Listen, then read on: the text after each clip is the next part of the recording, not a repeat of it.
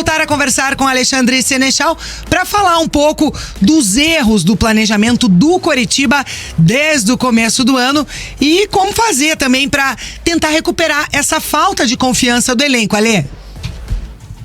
Pois é, TT. Thiago Kozlowski, ele disse na coletiva de imprensa, ele falou sobre essa questão do Coritiba estar sofrendo muito desde o começo do ano, que o Paranaense já foi complicado, Copa do Brasil.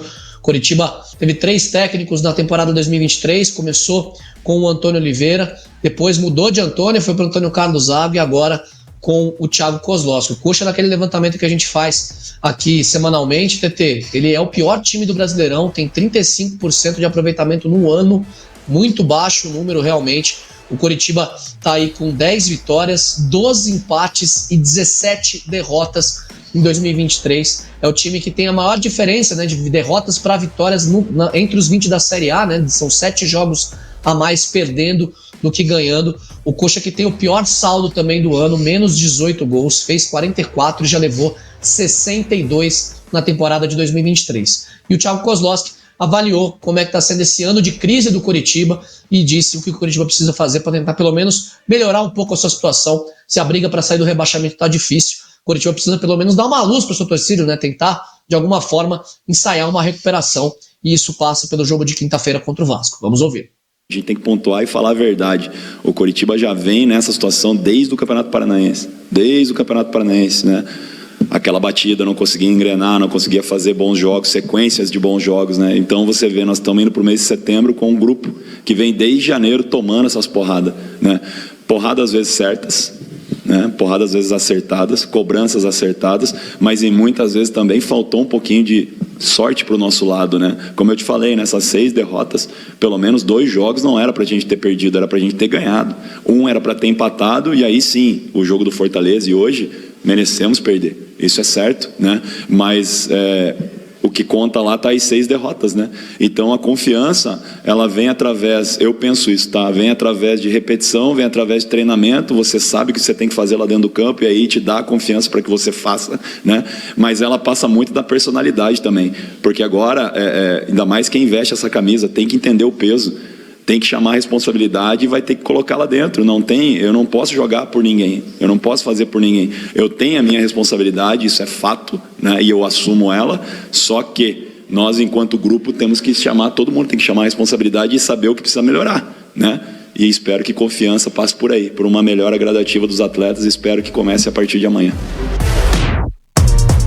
É o Kozlowski dando uma cutucada nos jogadores, né? Não posso jogar por ninguém. Claro, muito mais polido, assumindo a responsabilidade do que foi aquela entrevista fatídica do Zago na demissão dele após a partida contra o Grêmio, goleada lá na Arena Grêmio por 5-1.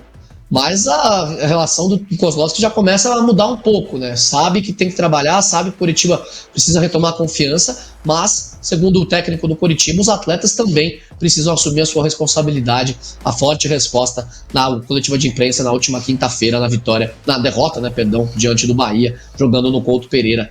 4-2 e o Coritiba afundado cada vez mais na zona de rebaixamento.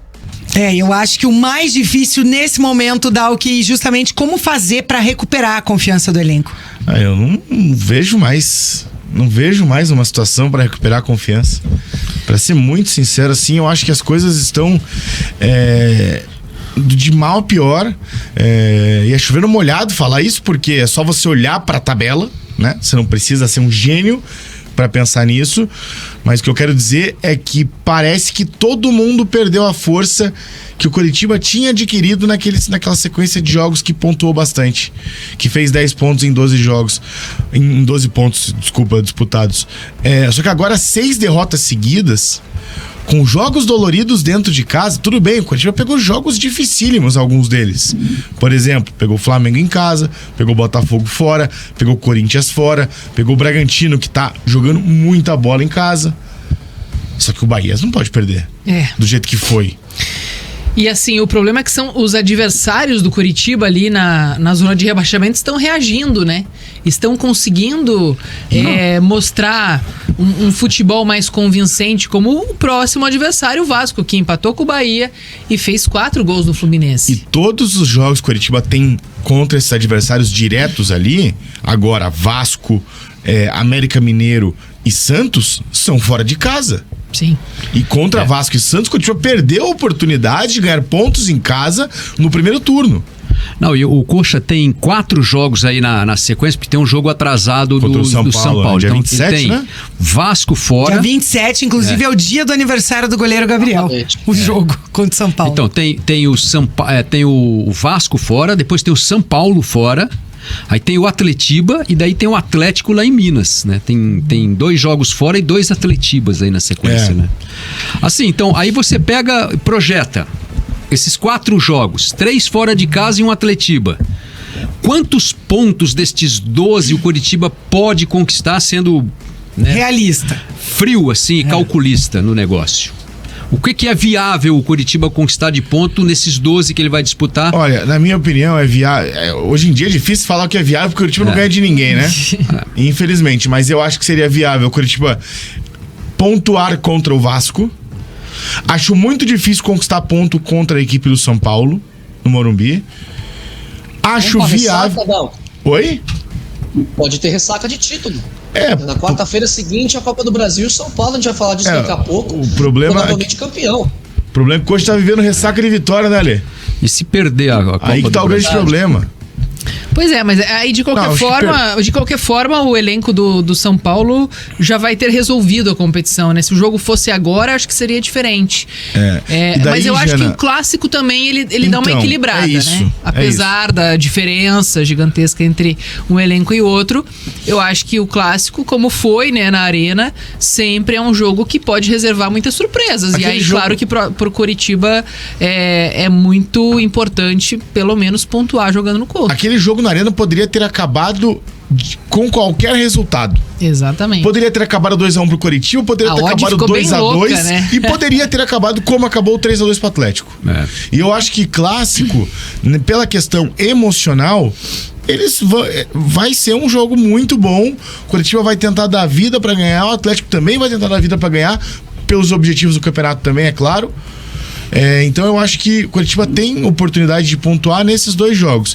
Acho que contra São Paulo, mesmo com a ressaca, e contra o Galo principalmente, acho muito difícil pensar em pontos. É assim, ó, como falou aqui o Glad aqui, o Coxa precisa ganhar 7, talvez, então tem 16 jogos. Ele precisa 50% de aproveitamento 7 nessa... é muito pouco, cara. Também acho. Mas 7 fica com 35 no final. Mas eles estão fazendo... É que ele tá fazendo a conta do ano passado, né? Mas ele tá fazendo a conta comparando com o ano passado, que o Ceará caiu com 37. Ele colocou 7 vitórias e 3 empates, isso, que daria 38 pontos. Mas eu ainda acho muito pouco. Mas assim, o Coxa, né? Então, nesses 12 pontos que ele vai disputar, para poder chegar em 8 vitórias, vamos dizer, nos 16 jogos, ele precisa ter 50% de aproveitamento. Ou seja, ele tem que ganhar 2 desses 4 jogos. Correto? Exatamente. Então tem que fazer esse objetivo. Nós temos 4 jogos, 3 fora, 1 em casa. Nós temos que ganhar 2. Então, e aí, né, que é o grande problema? Aí nos próximos 4, temos que ganhar 2, entende? De 4.